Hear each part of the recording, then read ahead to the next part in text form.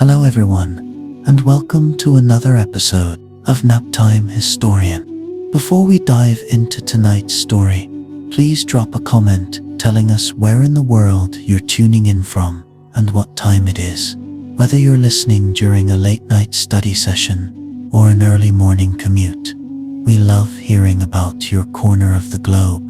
And if you haven't already, make sure to subscribe to Naptime Historian so you never miss a single deep dive into mysteries, conspiracies, and untold legends. Now, let's begin.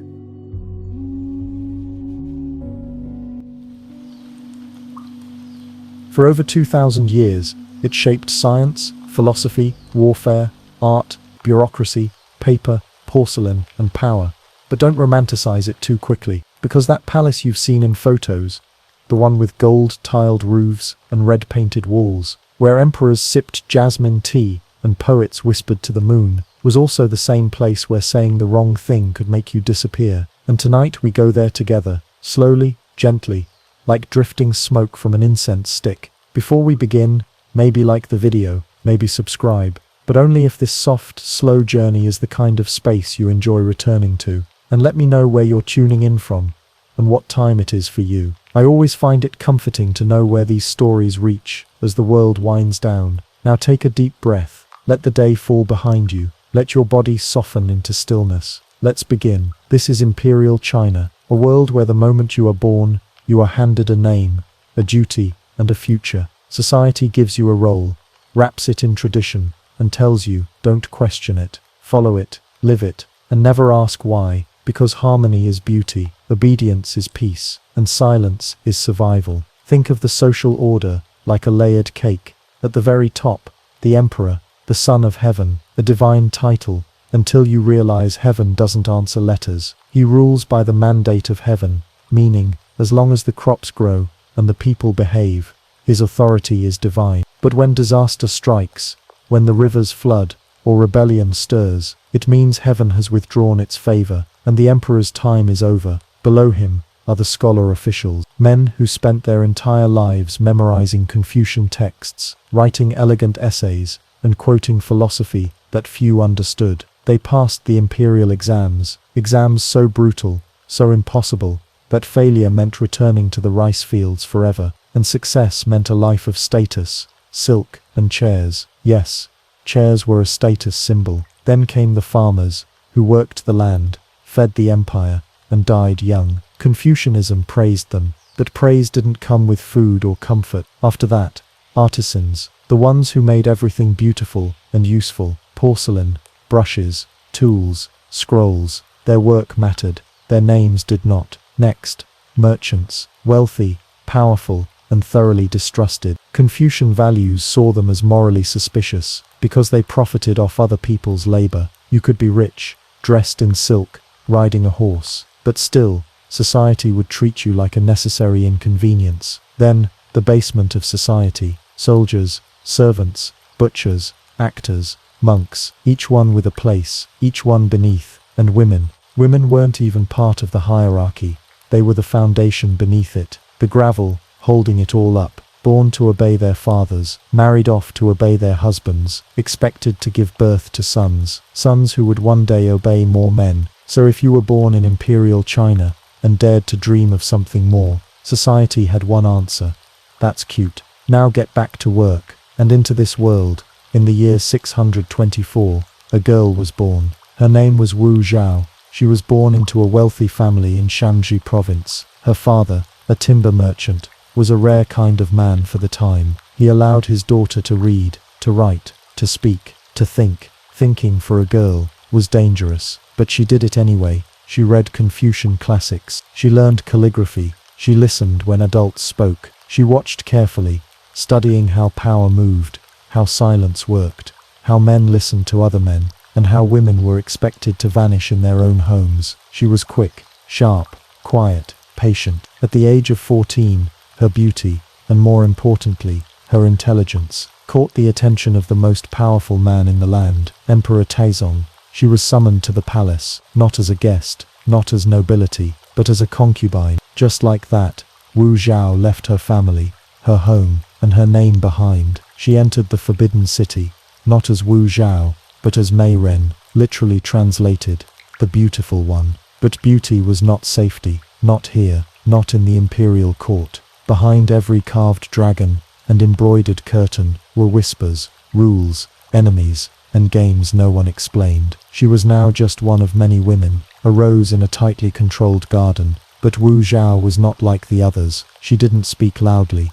She didn't rush. She watched. She waited. She listened. She studied the rules and the people who broke them. She paid attention to who was rising and who was falling and why. She understood something few others did. That power in the Forbidden City didn't move in waves. It moved in drips, in glances, in silences, and she learned to wait for those silences. When Emperor Taizong died, custom demanded that his concubines be sent to a convent. They were to spend the rest of their lives praying quietly, forgotten by history. But Wu Zhao didn't go quietly. She returned to court. She captured the attention of the next emperor, Emperor Gaozong, and slowly, methodically, she rose through the ranks. She became Empress, and then more than Empress. Wu Zhao was now Empress, officially, publicly, unmistakably. But in Imperial China, being Empress didn't mean being powerful. Not yet. Power was still something hidden, something whispered, not declared. It wasn't worn like a crown. It was moved, quietly, like a fan across a lacquered desk, like a glance across a crowded court. As Empress, she was expected to perform rituals, bear sons, and stay quiet, smile, bow, vanish behind silk. But Wu Zhao didn't vanish. She advised the emperor, at first in private, then more often, in court. She read political documents. She wrote imperial decrees. Her handwriting, elegant, confident, unmistakable, began to appear on more and more decisions. Ministers noticed, scholars whispered, but none dared to challenge her, not openly. She was clever enough to avoid direct confrontation, but bold enough to make progress every day, 1 inch at a time, one silence at a time. Behind closed doors, Emperor Gaozong's health was failing. He suffered from chronic illness, sudden blindness, fainting spells, and as he weakened, Wu Zhao stepped forward. She filled the void with decisions, meetings, orders. Her presence became constant. Her words, law. Some called her manipulative, others, brilliant. Most just bowed. She understood what few others did, that the court was not just about laws and taxes and edicts. It was theatre, performance. Every robe, every gesture, every pause was a message, and Wu Zhao became fluent in that language. She created alliances with eunuchs, men who in that world held immense access and influence. She elevated them to power, knowing they owed their status to her alone. She promoted scholars who supported her. She dismissed those who didn't, all while the emperor's health continued to decline. In the background, a quiet storm brewed. Court rivals, noble families, old ministers who muttered that a woman should never rule, that a woman could never rule. But Wu Zhao had heard those whispers her whole life. She didn't argue with them. She simply made sure that each one, eventually, fell silent. She had sons now, heirs to the throne. And when Emperor Gaozong finally died, the court expected Wu Zhao to step aside, to retire gracefully, and let her son rule. That was the tradition. That was the law. But Wu Zhao had followed the law long enough to know exactly how to bend it. She placed her son on the throne, but she ruled as regent. And then, slowly, gently, fearlessly, she removed him. Officially, she said he was unfit, too young, too foolish. Privately, she knew he had no taste for power, no understanding of how sharp and unforgiving a throne could be. She placed another son on the throne, and removed him too. Each change was cloaked in ritual, softened with ceremony, explained with care, but the message was clear. There was only one ruler in China now, Wu Zhao. She declared a new dynasty, the Zhou dynasty. Breaking centuries of tradition, she became the first and only woman in Chinese history to rule as emperor in her own name. Not empress, not regent. Emperor, the highest title, the supreme voice, the center of the world. And the empire bowed. Some bowed in loyalty, others in fear. Some bowed in admiration, others in silence, because silence was safer. Wu Zhao reigned with precision. She reformed the bureaucracy, She promoted officials based on merit, not family name. She improved the civil service exam, giving more power to talent and less to bloodlines. She supported Buddhism over Confucianism, a deliberate choice, one that gave her the support of monks and scholars outside the old aristocracy. Temples were built in her name. Statues of Maitreya Buddha, the future Buddha, began to resemble her face. Was she divine? Was she sacred?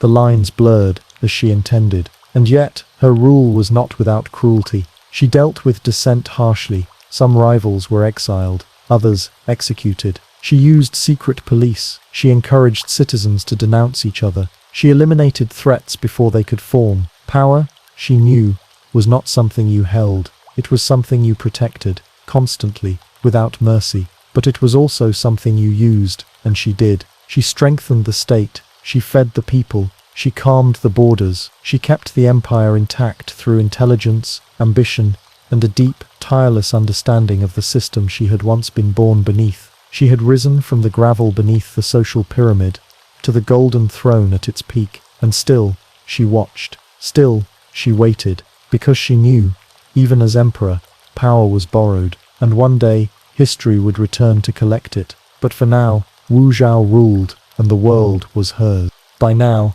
the world knew her name. Wu Zhao, Wu Zetian, Emperor of China. She had rewritten the rules, reshaped the dynasty, and redefined what was possible for a woman in a world built entirely by men. And yet, beneath the crown, behind the veil, inside the palaces, and behind the silence, she was still a woman, a daughter, a mother, a widow, a ruler. She woke before the sun, always. Her court was precise, cold, filled with ceremony and smoke. Ministers lined up in polished rows. They bowed low. She spoke little. Her gaze moved like a blade. She sat tall, draped in robes that shimmered like moonlight on still water. Her throne, carved from sandalwood, sat on raised stone. Her words echoed, but not everything was grand. She felt pain, age, loss. She was in her 50s now, then her 60s, then 70s. Her body ached. Her bones, once steady and still, began to falter. The long walks through the palace became shorter. Her writing, still elegant, came slower, but her mind, sharp as ever. Every petition, every letter, every report from the provinces, she read them, marked them, signed them. The ink from her brush still held the strength of a nation. She had few friends, perhaps by choice, perhaps by design. Some feared her, some loved her, all respected her. She had outlived many of her rivals, outmaneuvered countless plots. She had survived the whispers, the rumors, the calls for her removal. Even now her officials praised her reforms. The taxes made fairer, the military better organized, the people, in many regions, more stable and less hungry. And yet, the court was restless, because time in China did not pause for greatness. There were sons, grandsons, nephews, all waiting in silence, waiting for her health to fail, waiting for her breath to slow, waiting for history to take back what it had given her. And Wu Zhao knew it. She had ruled for decades. She had governed longer than most emperors in Chinese history. But she understood what every ruler eventually learns. That power has a cost. It had cost her friendships. It had cost her family. It had cost her peace. She kept her enemies close. But even those closest to her were watched. Guards, secretaries, attendants, eunuchs, all loyal, all afraid, all temporary. The walls of the palace listened more than they spoke. Outside, poets wrote verses about her, some filled with praise, others laced with quiet rebellion. Stories spread that she was ruthless, that she was cunning, that she was cold, that she ruled with an iron will and a hidden knife. And maybe all of that was true. Maybe none of it was. What mattered was that she ruled. No man had given her power, and no man could take it without a fight. She was not soft, but she was human. She still visited temples, lit incense, prayed quietly before golden statues. Sometimes, alone, sometimes, with her thoughts trailing back to the girl she used to be. The girl with the ink-stained fingers, listening to her father explain trade and diplomacy, wondering if there was more waiting beyond the garden walls. She had found that more, and then she had taken it. But as she grew older, The court grew louder. Murmurs turned to movements. Some ministers conspired. Others advised her to abdicate. Her body weakened. She became ill. Still, she held the throne. Until one morning, when the whispers grew louder than the laws, a group of officials forced her to step down. Not with swords, not with fire, but with silence. A quiet transition. An end written in soft strokes. She was 79. Her son became emperor. The Tang Dynasty was restored. Wu Zhao was removed from power. She spent her final months in quiet rooms. She no longer issued commands. She no longer held court. She walked in gardens when she could, slept when she must, and waited. The woman who had ruled the greatest empire on earth now drifted, gently, toward her final breath. She died in the winter of 705. Cold wind, bare trees, still halls. The court wrote her obituary carefully. At first they refused to call her emperor, just a consort, just a footnote, but history would not accept that, not for long. Eventually, the truth returned. They called her Empress Wu Zetian once more. They acknowledged her dynasty, her reign, her impact. Her tomb was built, quiet, vast, carved into the mountains of Shaanxi, and on her stone stele, the place where emperors' deeds were recorded in great detail, they carved nothing, no words, no praise, no condemnation, just blank stone.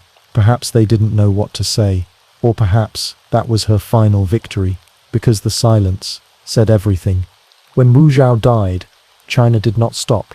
The palace bells still rang, the court still assembled, the sun still rose over rice fields, over mountains, over the tiled roofs of temples and towns and courtyards. The empire she left behind was not the same one she had inherited. It was stronger, more centralized, more complex, more aware of the woman who had once ruled it with an iron brush and a velvet voice. Her son now sat on the throne, Emperor Zhongzong. He restored the Tang Dynasty in name, but its foundations had shifted. The old aristocracy had been weakened. The civil service system was stronger. Buddhist temples flourished under the weight of her former favor, and in quiet halls across the empire, people still whispered her name, sometimes with awe, sometimes with fear, sometimes with something that felt like admiration. She had ruled for 15 years as emperor, nearly 50 years as a figure of power. Her fingerprints were everywhere, in the tax ledgers, in the court rituals, in the provincial records, in the very structure of how an emperor moved through his world. But what of the people? What of those who had never entered the palace, who had never seen her robes or heard her voice?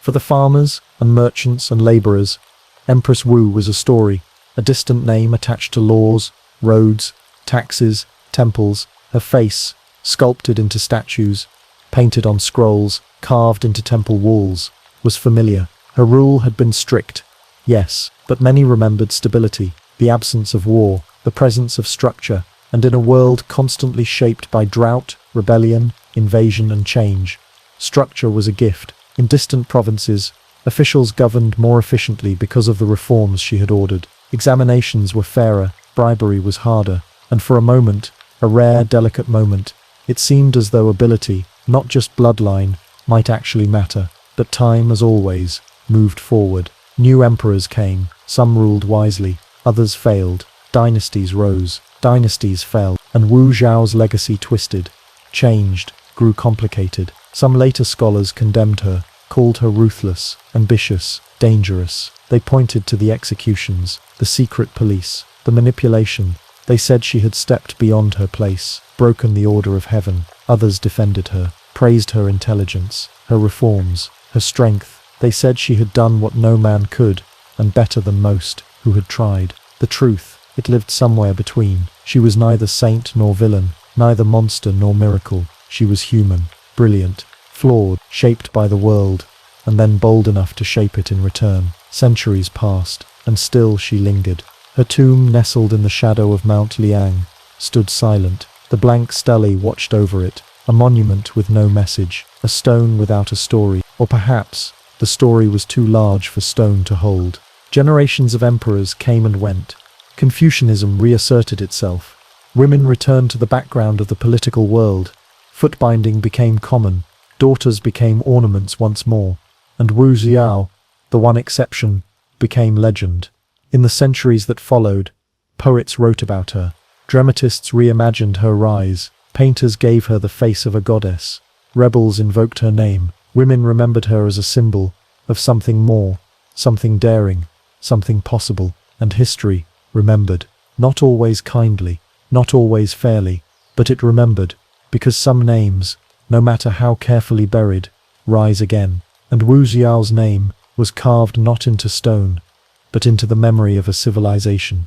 Long before Wu Xiao took the throne, long before her name echoed through the empire, she walked through a place unlike any other, the Forbidden City, a palace so vast, so meticulously constructed, that it felt more like a world than a building, surrounded by towering red walls, deep moats, and golden roofs that shimmered under the sun. It was a city designed not just for governance, but for awe. At its heart, power moved slowly, deliberately, with ritual. Every step had meaning, every stone had history. No one rushed, no one raised their voice. It was a place where silence was safer than honesty, and knowing when to speak, and when not to, could determine your future. The halls smelled of cedar and incense. The floors, polished by centuries of footsteps, reflected lantern light like quiet pools of water. Courtiers walked in rows, eunuchs moved like shadows, concubines appeared like drifting silk, then vanished into distant chambers. Musicians played soft, slow melodies in rooms meant only for ears that mattered, and Wu Zhao learned to read it all. Before she ruled the empire, she studied the palace, not with books, with attention. She memorized the layout of the gardens, the patterns of footsteps, the expressions of servants. She noticed who stood close to the emperor, who disappeared after speaking too boldly, who rose, who fell. She learned the difference between a smile and a threat, between a glance and a warning. The palace was a puzzle, and Wu Zhao was patient enough to solve it. She lived not in the main halls, but in the women's quarters, behind screens, behind curtains, behind expectation. There, the world was slower, gentler, but not safer, because every concubine, no matter how soft-spoken, had ambition buried under layers of etiquette. Every fan concealed a motive, every poem carried a message, and every visit from the emperor could change a life. Wu Zhao knew that, and she never wasted a moment. At night she walked in the courtyards, quietly, alone, lantern light flickering against stone, wind brushing through pine trees, her footsteps the only sound. She looked up at the stars and wondered, how does one rise in a world designed to hold you down? The answer, she would later say, is not in rebellion. It's in understanding the rules better than anyone else, and then knowing exactly how to change them. In the Forbidden City, everything was about balance, order, harmony. But harmony, Wu Zhao knew, was often just silence in disguise. So she played her role. She bowed, she smiled, she listened, and then, slowly, she rewrote the script. She made herself indispensable, wise, composed, useful, not loud, never loud, but steady, the kind of person people began to rely on, confide in, fear just a little. Years later, when she finally wore the yellow robe, when she sat on the dragon throne, when her commands reached every province and every village, she still remembered those early days, the long, silent corridors, the carved beams, the way power didn't roar, it whispered. The Forbidden City wasn't just where she rose, it was where she was forged, and even after she was gone, her shadow remained in those halls, in the echo of footsteps, in the stillness before dawn, in the quiet places where empires are born. To understand how Wu Zhao rose, you have to understand the system she rose through, and at the heart of that system was an exam, not just a test, not a quiz, but an entire way of life, a single narrow path to power. It was called the Imperial Examination, a test that decided who would rule, who would serve, and who would spend the rest of their life bowing from the shadows. The exam began during the Sui dynasty, but reached its full influence under the Tang, Wu Zhao's time. It was meant to be fair, pure, based not on blood, but on talent, a brilliant idea, in theory. But in practice it became one of the most grueling, intellectual gauntlets in human history. Boys began training as early as age 5. They memorized Confucian classics line by line, word by word, stroke by stroke. They learned poetry, history, philosophy, etiquette, and the structure of perfect prose. Their days were filled with ink and silence, their nights with candles and repetition, and for many there was no reward waiting at the end, just failure, quiet, invisible failure. But if you passed, you became a jinshi, a man of merit, a scholar official, a person whose words mattered. You earned robes, rank, respect, a future, and most importantly, you earned proximity to power. The exam was long, multi-staged, often held in cold, narrow testing cubicles. Imagine being sealed inside a tiny stone booth for days, alone, hungry, under pressure to compose flawless essays and interpret moral dilemmas with poetic grace. Some examinees fainted, others lost their minds, some died. There were no second chances, no grace for exhaustion, and Wu Zhao knew all of this. She watched men build their entire lives around this exam. She saw the tears, the fear, the desperation, and the arrogance of those who passed. She never took the exam. As a woman, she wasn't allowed, but that didn't stop her from mastering the same texts, the same language, the same structure of thought. And when she came to power, she used the exam system better than anyone before her. She expanded it, she refined it, she promoted based on scores, not blood, not marriage, not wealth, and suddenly, doors that had been closed for centuries creaked open, just slightly, for men from poor backgrounds, rural villages, distant provinces. She knew that a system based on merit could be her greatest weapon, because those who owed their status to her policies would defend her policies. She replaced old aristocratic families with scholar officials of her own choosing, and in doing so, she shifted the very foundation of the empire. Some saw this as dangerous, others as revolutionary, but Wu Zhao never saw the exam as just a test. She saw it as a tool, a way to reshape the court, to reshape the future, to reward loyalty, disguised as brilliance. In a world where most women were expected to stay quiet, she rewrote the rules of who could rise, and how they would serve, and quietly, brilliantly, permanently, she changed the question from who is allowed to lead, to who is willing to earn it. Wu Zhao never needed to shout. She ruled with silence, with timing, with presence. In a court full of men, raised to believe that authority had a deep voice and a beard, she entered softly, in silk robes, calm eyes, and a voice that never trembled. Where others barked commands, she asked questions. Where others demanded loyalty, she inspired it. Her influence didn't always come from power. Often, it came from perception, because Wu Zhao understood the palace wasn't built on truth. It was built on performance, and she became a master of it. She learned how to walk into a room at just the right moment, how to let her silence linger just a little longer than expected, how to nod without agreeing and smile without forgiving. Every glance had weight, every gesture, meaning, and over time, the court, once resistant, once scandalized, adjusted.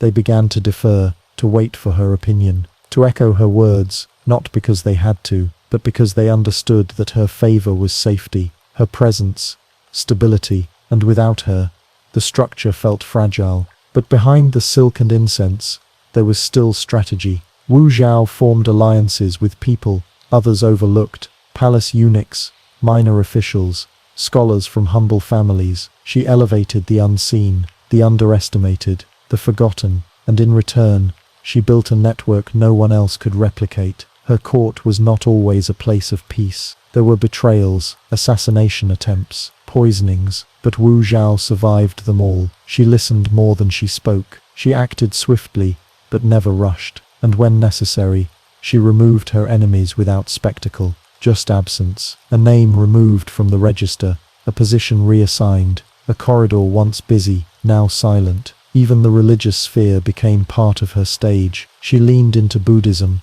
not only because she believed in its teachings, but because it offered something Confucianism never did, a path to legitimacy beyond gender, the idea of the divine ruler, the bodhisattva, the reincarnated protector of the people. Temples rose in her honor. Scriptures were written that prophesied a female ruler. Statues appeared with her likeness carved into divinity, and slowly, the people believed it too. Was she a ruler chosen by heaven, a living Buddha, a destined protector? Wu Zhao never said yes, but she never said no either. She simply let the story grow, because in politics, truth doesn't matter nearly as much as belief, and the people, weary from war, grateful for stability, believed in her. She gave them a name to respect, a system that rewarded effort, a future that felt steady, and in return, she asked only for obedience. It was never spoken as a threat, never shouted, it was whispered, and everyone listened. Wu Zhao had many titles: consort, empress, emperor, but perhaps the most complicated title of all was mother. She had several children, sons born into a palace of silence, structure, and endless expectations. In Imperial China, sons were more than heirs.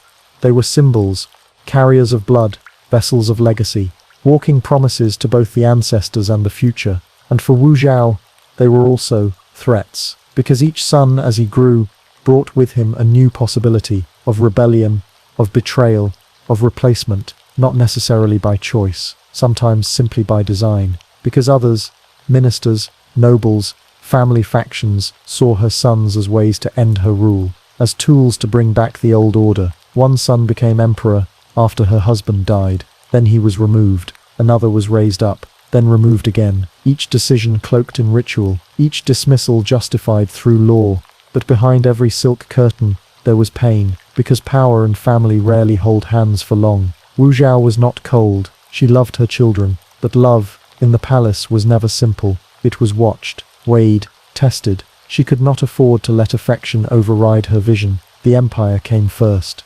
always, and so, one by one, her sons were shaped into symbols, sometimes elevated, sometimes hidden, sometimes protected from the throne, sometimes protected from themselves. The court whispered about it, how a mother could set aside her own blood, how she could dethrone her own child. But they forgot that the throne was never a gift to be handed down. It was a burden, a blade, and if her sons were not ready to carry it, then giving it to them was not love, it was cruelty. She ruled not as a mother, not as a wife, not even as a woman. She ruled as the empire itself, and yet, in the quiet hours, when the court was empty, when the palace was still, when only the wind moved through the pine trees, she remembered the laughter of her boys when they were young, the way they once clung to her sleeves, the way they once trusted her completely. Time had taken that, or maybe power had, and though she never spoke of it, not publicly, not aloud, it lived within her,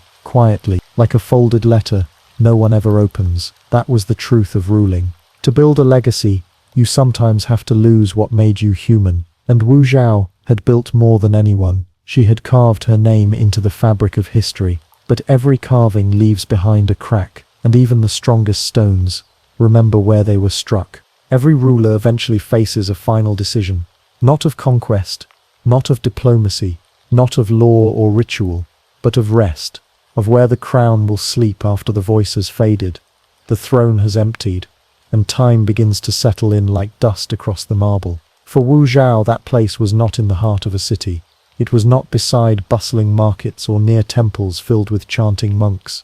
She chose a mountain, Lenzhan, Mount Len, a quiet rise in the dusty hills of Shanxi province, a place where the wind whispers without end, where pine trees stand watch over centuries, and the soil holds more than just roots. It holds memory. She selected this site years before her death, not just for beauty, but for legacy. The tomb built into this mountain was named Xianling, and it was unlike any other, carved deep into the earth, vast and sealed. It held the remains of both Wu Zhao and her husband, Emperor Gaozong, the man who had once ruled over her, the man she eventually outshone, and the man she chose to be buried beside, not out of obligation, but out of strategy, out of symbolism. Together in life, perhaps unequally, together in death, without question. The tomb is approached by a sacred path, wide, solemn, lined with stone statues standing vigil on either side, warriors, horses, lions, foreign ambassadors in long robes, each one carved with care, frozen in time, facing the entrance as if still paying their respects. They stand in silence, they bow in stone, they tell a story without words. And then, there is the stele, a massive monument of polished stone, over 20 feet tall, placed where the wind meets it head-on, where sun and shadow split its surface across the hours. Every Chinese emperor had one, a stele that bore the story of their reign, their achievements, their wisdom, their conquests. their final words carved for history to read, forever. But Wu Zhao's stele is blank. No characters, no name, no biography, no praise, no condemnation. Just smooth, empty stone. For over 1,000 years that blankness has sparked debate. Some say her son, after taking back the throne for the Tang Dynasty, couldn't decide what to write. Should he erase her? Was she a rightful ruler, or a blasphemous usurper? Others believe court officials simply disagreed. She was too divisive, too powerful, too unique. No words could contain her, no consensus could define her. So they left it unwritten. But there is another story, and it's the one most often whispered near the base of the mountain. They say Wu Zhao chose it, that she, who had governed through scrolls and proclamations, who had shaped law with her brush and changed lives with a signature, chose to leave her final monument untouched, that she chose silence over summary, because she understood something most rulers never did, that true legacy isn't carved into stone, it's carved into people, into policy, into memory. She didn't need words on a slab. Her name already echoed through the halls of the palace. Her laws still governed the provinces. Her influence still shaped the examination system, the structure of the court, the very rhythm of the empire. And by leaving her stele blank, she left behind something no inscription could have matched. Mystery, power, and a challenge for the world to remember her not for what others said, but for what she did. To this day, the tomb has never been opened. No archaeologist has stepped inside. No light has touched its interior since the day it was sealed. Beneath the earth, deep within the mountain, she rests, beside the emperor, beneath stone and sky, surrounded by silence, yet louder than ever. And above her, the stele still stands, blank, still, unmoved, waiting for someone, anyone, to find the words. The mountain was quiet. The tomb was sealed. The empire moved on. After Wu Zhao's death, the Tang Dynasty resumed its course, restored in name by her son, Emperor Zhongzong. Her dynasty, the brief show, was officially over. History, as it often does, attempted to fold her reign into a larger narrative, to contain it, to soften it. But Wu Zhao didn't disappear. She lingered, not in body, but in thought, in policy, in language, in fear, in awe. For years after her passing, officials hesitated to speak of her directly. Some reduced her to a footnote, an empress who overreached, a warning. Others quietly praised her reforms, but never her name. Her influence was too powerful to deny, too dangerous to fully honor. And yet, over time, even the most stubborn historians had to admit the truth. The empire she left behind worked. Her reforms endured. The civil service exam, more equitable. The tax system, more balanced. The reach of Buddhism, more profound. The expectations of merit, more deeply woven into the heart of government. Even those who criticized her ambition couldn't undo her accomplishments. She had ruled. She had governed. She had won. And more than that, she had forced an entire civilization to ask a question it had never seriously asked before. Can a woman rule, and not just rule quietly, in the background behind a husband or son, but rule directly, command armies, appoint ministers, issue law, reorganize the world in her own image? Wu Zhao's life didn't just answer that question, it redefined it. Yes, she ruled. Yes, she reigned. Yes, she succeeded. Not because she was cruel, or manipulative, or lucky, but because she was brilliant, disciplined, relentless, because she understood the game of power and played it better than anyone else. And perhaps that is why her legacy has always been uneasy, because history is often uncomfortable with women who win. In the centuries after her death, her image would change again and again. In one era, she was a monster. In another, a genius. In one poem, a villain. In another, a saint. Paintings gave her many faces. Soft, serene, commanding, cruel. Plays rewrote her story. Novels romanticized her rise. Temples hinted at divinity. Each generation took her apart and rebuilt her as something else. But beneath it all, beneath the myth and slander and praise, one fact remained. She had done what no woman in China ever had, and no woman after her ever would. She had ruled, alone, absolutely, completely. and the empire had not crumbled.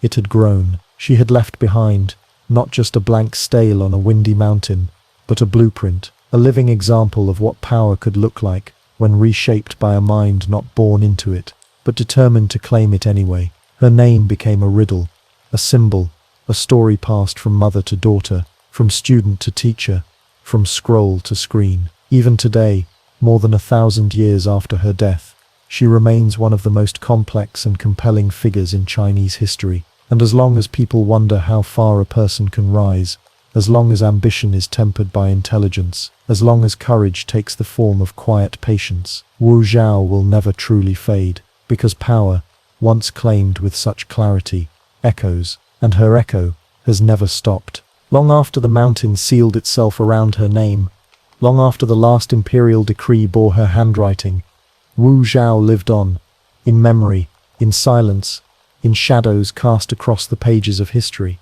For centuries, she became less of a person and more of a presence. Her name appeared in records, but always delicately, in textbooks with caution, in family stories with wonder, in government scrolls with distance, and in poetry with fire. Poets, the keepers of emotion, the singers of truth too fragile for law, could not ignore her. She became a symbol, a metaphor, a mirror, sometimes praised as the phoenix who rose from ashes, other times condemned as the storm that overturned the heavens, but always written about with a sense of weight, as if speaking her name changed the air in the room. She was not forgotten, but she was rarely spoken of without conflict, because to speak of Wu Zhao was to reopen questions most were never ready to answer. What is power, truly?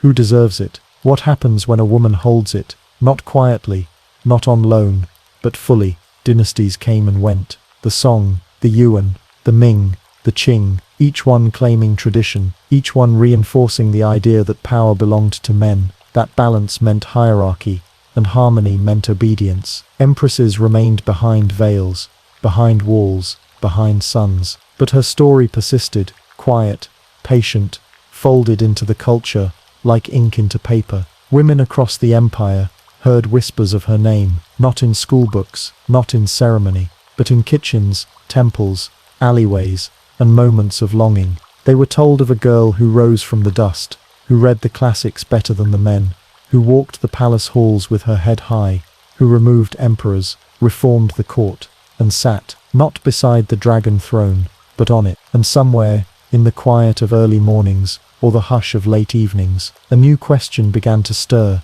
passed like a thought, too dangerous to say aloud. If she could rule, why couldn't they? That was her legacy. Not just reform, not just rulership, not just law, but the idea itself, that a woman could lead, that power could wear silk, that strategy could wear a smile, that patience could be louder than a sword. And for every historian who wrote her name with suspicion, there were readers who saw something more, something familiar, something brave. Even now, her story returns, in dramas, in films, in novels, and university courses, and late-night conversations. Each generation rediscovers her, retells her story, reimagines her choices, and though the details change, the costumes, the names, the setting, the heart remains the same. A woman, born into a world of walls, who learned how to walk through them, and then how to build her own palace in their place. A woman whose name, once feared, once erased, now rises again, not in rebellion, not in anger, but in quiet recognition. Because history, like stone, holds every footprint, and hers is deep. When a life has been this large, the absence it leaves behind is even larger. Wu Zhao was no longer walking palace corridors, no longer signing edicts or receiving envoys, no longer breathing within the thick perfumed air of the Forbidden City. And yet, in every corner of the empire, there was a trace of her, in the examination halls, where young men still recited Confucian lines, not knowing their access to this system had once been granted by her. In the temples, where Buddhist statues still wore faint traces of the royal face once carved into sacred stone. In the structure of government itself, where talent slowly overtook bloodline, and promotion came not just to the noble, but to the prepared. These changes did not speak her name, but they were hers, and in a world that forgot women quickly, she remained, not as a figure, but as a framework. Yet history is never comfortable with complexity. Some emperors wanted her erased, Her name scrubbed from scrolls, her titles downgraded, her contributions assigned to others. Others attempted to redefine her legacy, reshaping it into something softer, something less threatening. The noble mother, the wise consort, the tragic woman who overreached and was brought low. But the truth resisted both versions. She was not a caricature, not a lesson, not a parable for obedient daughters or ambitious wives. She had not ruled by accident. She had ruled because she understood the system better than anyone else, and had the courage to test its edges. And those edges had changed. She expanded what it meant to govern. She tested the limits of belief. She stretched the capacity of her time to hold a woman in power. And when the weight of that power grew too heavy, when illness finally came for her, she did not cling. She stepped away, not in surrender, but in control. Even her abdication was precise. And when the officials arrived, when they insisted her reign must end, she did not argue. She signed her name one last time, looked around the palace she had shaped, and handed them what they wanted. But her story did not end with that signature, because no throne can erase the memory of who last sat on it. No dynasty can fully cover the shape of the one that came before. Wu Zhao was gone, but her shadow remained. Long, lingering, silent. She had been feared, she had been loved, she had been misunderstood, and now she was missed. Not by all, not always loudly, but in the quiet moments, in the cracks of ceremony and the flicker of candlelight. Her name returned, not as a warning, but as a presence, because a life this immense never disappears. It changes form, and slowly, it becomes legend. Over time, history fades, ink blurs, pages yellow, stone weathers beneath wind and rain. But legend lingers. Wu Zhao, once a woman of blood and breath, became something else, something harder to define, something both softer and more permanent. She became a story, told in tea houses, by candlelight, shared between mothers and daughters, in hushed voices, invoked by scholars in debates about power, politics, and possibility. The woman who once signed imperial decrees now lived in poems, in plays, in folklore, sometimes wise, sometimes cruel, always unforgettable. In one story, she outsmarts her enemies with riddles. In another, she walks calmly into court, knowing her enemies have already been defeated before she arrives. In still another, she appears not as a ruler, but as a spirit, watching over women who dare to dream too loudly. Each version changed, each version revealed a new facet. She became a mirror, and people saw in her whatever they needed most: power, defiance, wisdom, mystery. For some, she was a cautionary tale. For others, a source of strength. And for many, especially women, she was proof that greatness did not belong only to men, that intelligence, vision, and courage were not reserved for those born into the right name or the right body. In the centuries that followed, few women in China rose to power as she did. None ruled as emperor, and yet her shadow still walked through history's halls. Her story could not be buried, not in stone, not in silence, not in shame, because her legend filled in the gaps where memory could not reach. Even now, her name stirs the air when spoken. It asks questions, quietly. What is legacy? What is power? What is a life, if it outlasts your body by 1,000 years? Tourists still visit her mountain. They stand before the blank stele. They take photos, quietly. They ask guides, why is there nothing written here? And the guide answers, always the same way, because she didn't need it. Some visitors nod, uncertain. Some walk away, puzzled. But a few, a rare few, look again at the blank stone and smile, because they understand. Wu Zhao wrote her story in action, not stone, in lives changed, in laws passed, in the structure of a civilization forever reshaped. She left behind no carved name, no grand inscription, no final word. She left behind something harder to erase, a question, a presence, a legend, wrapped in silk, seated on a throne, eyes steady, voice low, watching as the centuries drift by, like mist across the mountains she chose. In life, Wu Zhao carried many names: daughter, concubine, empress, emperor, usurper, visionary, mother, monarch, myth. Each name held a different truth. Each truth carried a different burden. As a young girl, she was simply Wu Zhao, quiet, observant, curious. A child with ink on her fingertips and too many thoughts behind her eyes. She listened when others spoke. She remembered what others forgot. And even then, her name was beginning to matter. As a concubine, her name softened, wrapped in silk, spoken in hushed tones, written in the margins of court records. She was not meant to rise. She was meant to smile, to serve, to fade. But names do not always follow the plans others make for them. As Empress, her name took form, solid, clear, present. She stood beside her husband with a steady gaze, shaping the world without drawing attention to the hand that moved it. She learned the rhythm of the court, the quiet between decisions, the art of waiting, and then, as emperor, her name became history. No more softness, no more veils. She ruled, not in secret, not in shadows, but openly, entirely, without apology. And with that final name came a new kind of weight, because to lead in her time, to stand above the ministers, the scholars, the generals, the scribes, meant carrying not just expectation, but judgment. Every move she made was dissected, every silence interpreted, every order echoed beyond the court and into eternity. And yet, she held that weight, with care, with force, with vision. She changed the system. She built roads and opened mines. She made the government smarter, leaner, more merit-based. She did not always rule kindly, but she always ruled completely. And when she stepped away, when she gave up the title she had carved out for herself, her name remained heavy. Some tried to cleanse it, others tried to stain it, but none could make it disappear, because the truth was simple. She had done what others only dreamed of. She had taken a name that was never meant to be remembered, and made it unforgettable. And centuries later, long after the scrolls had faded, long after the dynasties had passed, her name was still spoken, in classrooms, in books, in art, in whispers, not as a footnote, not as a warning, but as a question, one that lingers even now. What happens when the one who wasn't allowed becomes the one who cannot be ignored?